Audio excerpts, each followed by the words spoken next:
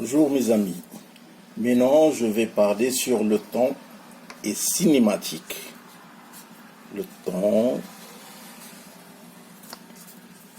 est cinématique.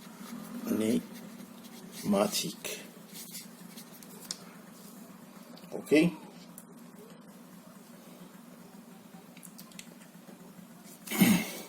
On va faire une petite introduction.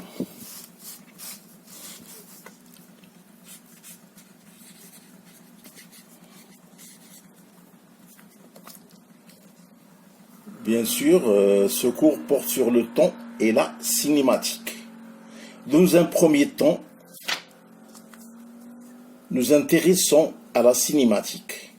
C'est un chapitre dans la physique. Au point, c'est-à-dire à l'étude du mouvement d'un point matériel. Mouvement d'un point matériel. Indépendamment des forces qui en sont à l'origine. Puis, deux mouvements particuliers seront traités, le mouvement rectiligne et le mouvement circulaire. Donc, cinématique du point.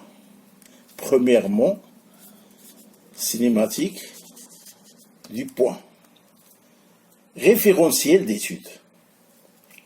Pour simplifier l'étude du mouvement d'un objet, on l'assimile à un point matériel, tel que voiture, etc., qui est le centre d'inertie de cet objet. Ok? Donc, pour étudier le mouvement d'un objet, nous devons caractériser sa trajectoire, sa vitesse et son accélération à travers un référentiel. Référentiel. Un référentiel est un objet ou un ensemble d'objets par rapport auquel on définit le mouvement d'objets et d'études dans l'espace et dans le temps. Ok?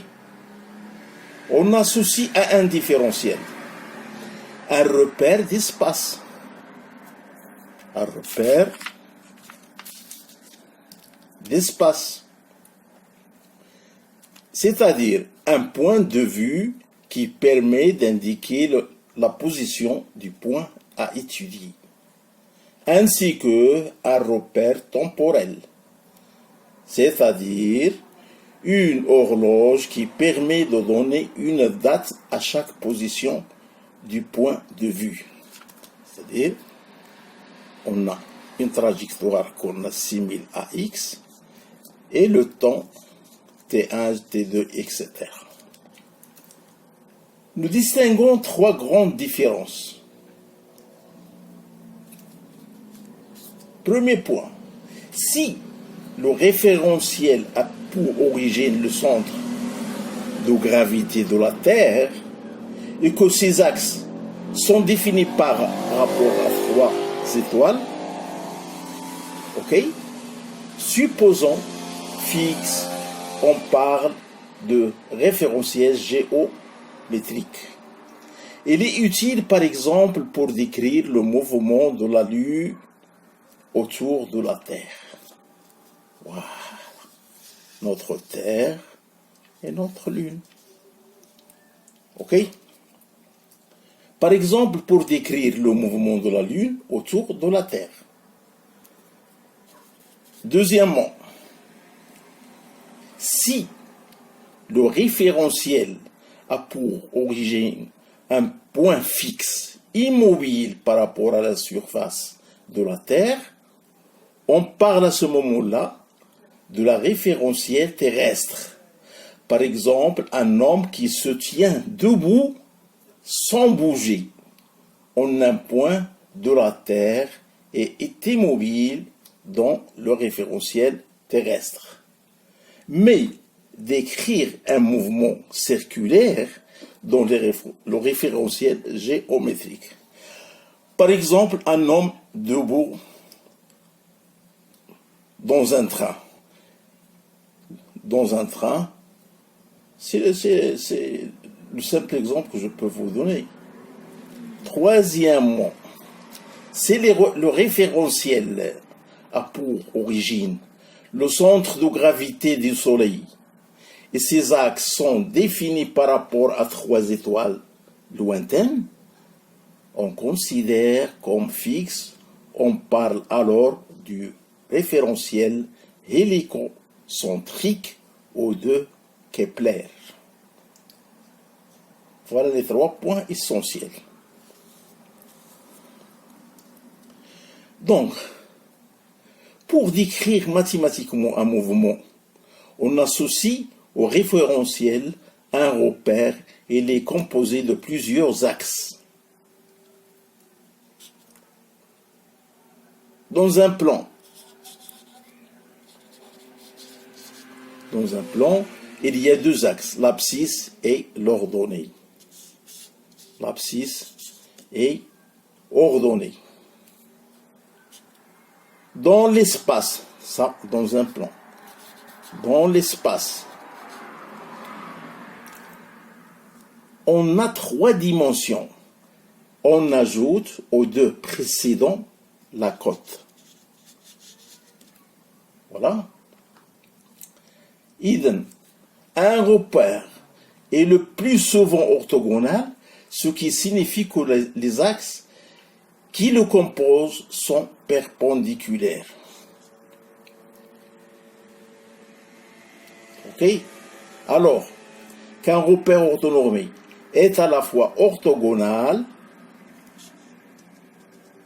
et normé, c'est-à-dire que les normes des vecteurs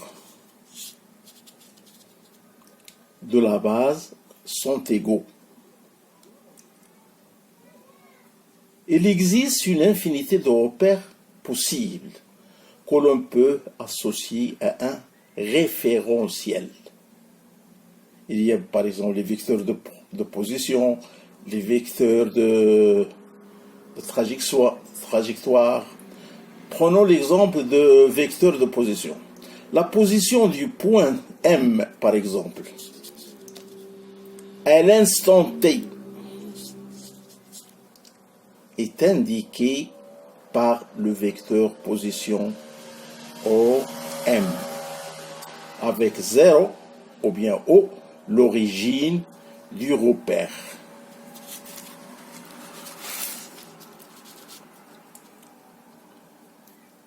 Passons à la trajectoire. La trajectoire du point M est l'ensemble des positions successives occupées au cours de son mouvement.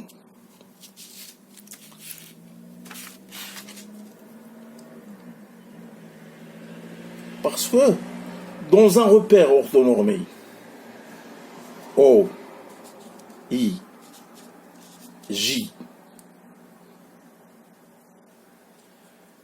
plutôt O, I, J, ainsi que K, les composants du vecteur OM en fonction du tension. O, M. X de T en fonction de T, Y en fonction de T, Z en fonction de T. D'accord?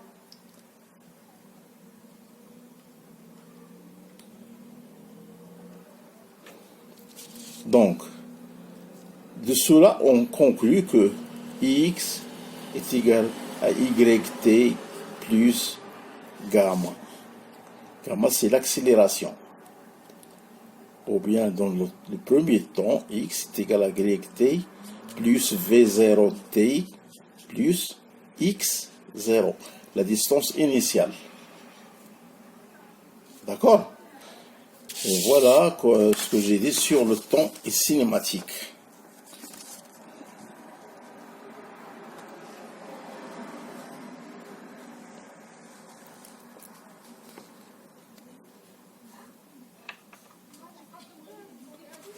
Voilà pour la cinématique.